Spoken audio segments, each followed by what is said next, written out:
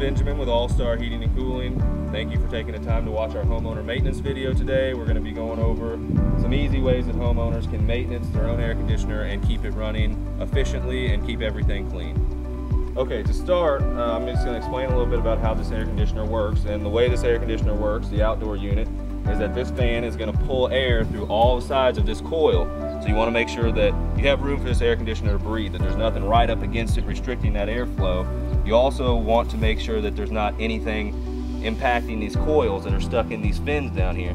These fins are really soft, really easy to damage, and you want to be really careful when you're working with them. When you spray it off, which is how you're going to loosen some of the debris and keep it clean, you don't want to use too much pressure to damage these coils.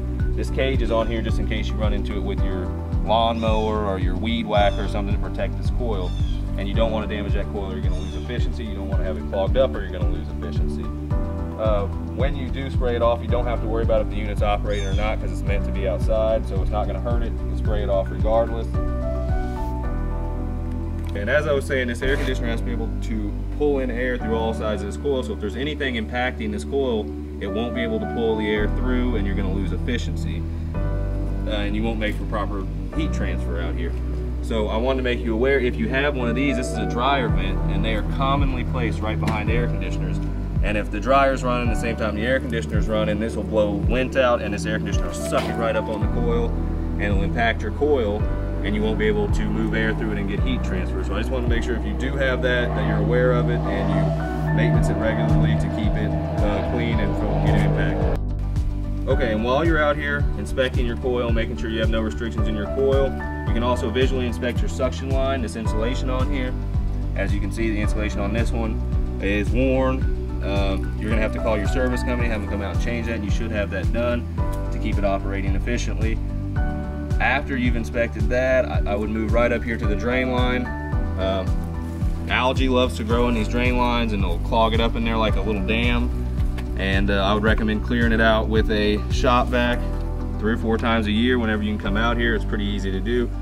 If you don't have a shop vac, I will be showing you the way to back flush it with your water hose. That doesn't always work. Sometimes you will, if it's a bad clog, you might have to call your service company out to clear that out as well. Okay, when you're clearing out the drain line, I would recommend doing it with a shop vac, but if you don't have one, which a lot of people don't, you can do it with you can back flush it with a water hose, and this will sometimes work. And how you're going to do that is you're just going to gently, you don't want to put too much pressure down because you'll break this pipe, but just hold it just like that. And as you can see, some of the stuff will come out.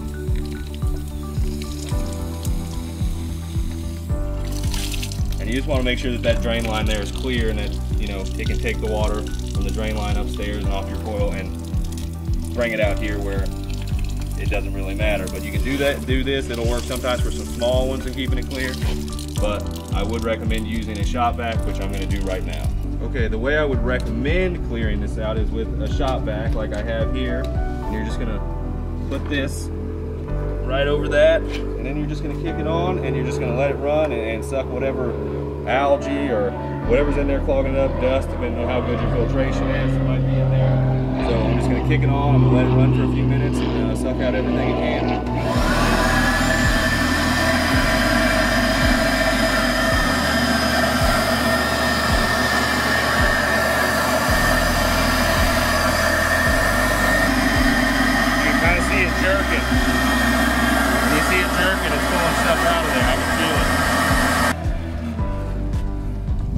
Now I'm just going to show you how we're going to spray this off. Like I said, you just want to use a regular water hose, regular nozzle, no pressure tips or anything like that. Use your thumb to get a little bit of pressure to clear it out.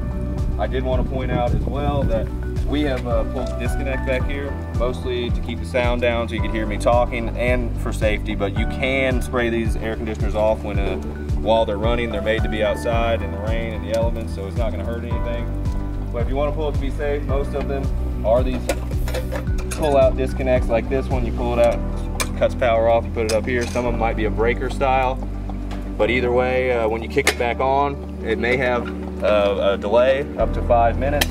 So if it doesn't come back on right away, don't freak out, give it a few minutes. So I'm going to go ahead and get to cleaning off this coil.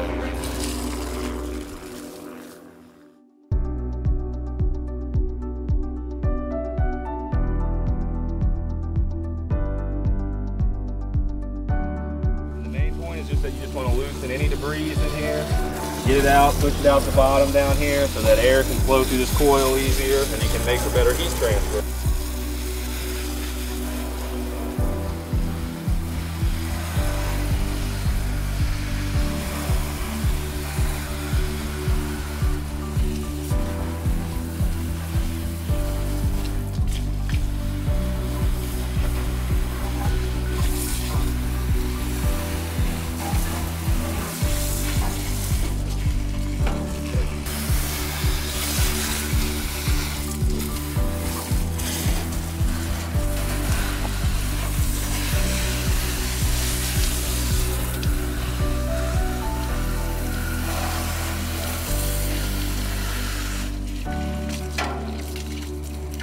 And as far as the outdoor unit is concerned, that's basically all I would recommend the homeowners to do themselves. I wouldn't recommend opening up any electrical panels or anything like that.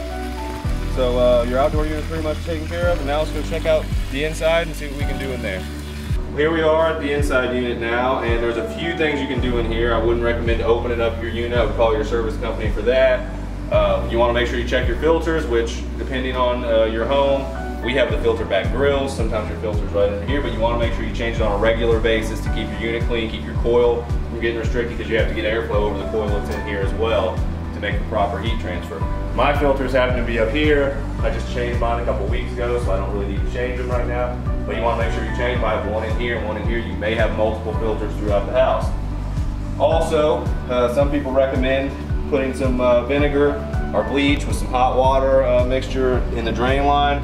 I do not recommend that. As you can see, the homeowners here had some vinegar right by it. I have read that the odors in vinegar and bleach will cause premature oxidation and degradation of the materials in your drain line. So I would recommend just using like a cup of boiling water if you have to. I mean, with regular maintenance, you shouldn't have to use any harsh chemicals to clean it out. Suck it out outside with a shop vac or back flush it with a hose and use some boiling water up here and you should be good. Other than that, give your service company a call if you need anything else, and thank you for taking the time to watch our video today.